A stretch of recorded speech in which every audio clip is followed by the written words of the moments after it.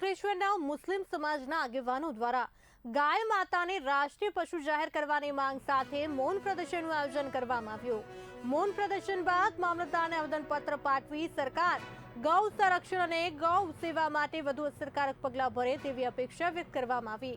કાર્યક્રમમાં મુસ્લિમ બિરાદરો અને હિન્દુ સમાજના આગેવાનો જોડાયા। અંકલેશ્વરના મુસ્લિમ આગેવાનો દ્વારા ભારતના વડાપ્રધાનને આવેદન પાઠવી ગાયને રાષ્ટ્રીય પશુ જાહેર કરવાની માંગ કરવામાં આવી છે।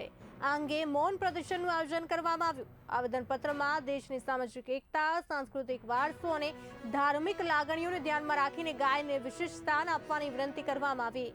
આવેદનમાં જણાવાયું છે કે ભારત વિવિધ સંસ્કૃતિઓ અને પરંપરાઓ ધરાવતો દેશ છે, જ્યાં ગાયને પ્રાચીન સમયથી માતૃત્વ, આસ્થા અને પવિત્રતાનું પ્રતીક માનવામાં આવે છે। આ સાથે સરકાર ગૌ સંરક્ષણ અને ગૌ સેવા માટે વધુ અસરકારક પગલાં ભરે તેવી અપેક્ષા વ્યક્ત કરવામાં આવી છે। બકરા ઈદ પૂર્વે યોજાયેલા કાર્યક્રમમાં મુસ્લિમ સમાજના બખ્તિયાર પટેલ, શરીફ કાનુગા સહિતના આગેવાનો અને હિન્દુ સમાજના વિનય પટેલ સહિતના આગેવાનો જોડાયા।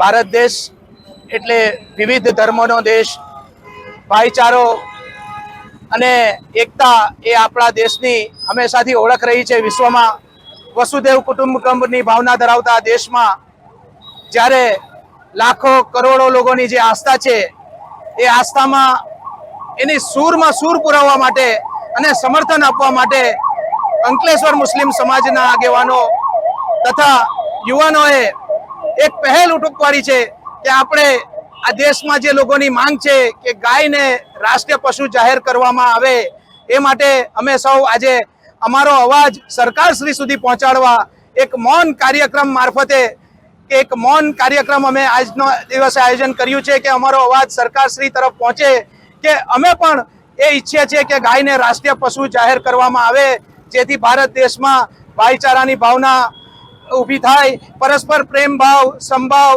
અને સદભાવની ભાવના આ દેશમાં ઊભી થાય અને ભારત દેશ પ્રગતિ તરફ વધે, એ જ ઉદ્દેશ્ય સાથે આજે અમે સૌ આગેવાનો અમારી માંગને કરવા માટે અહીં આવ્યા।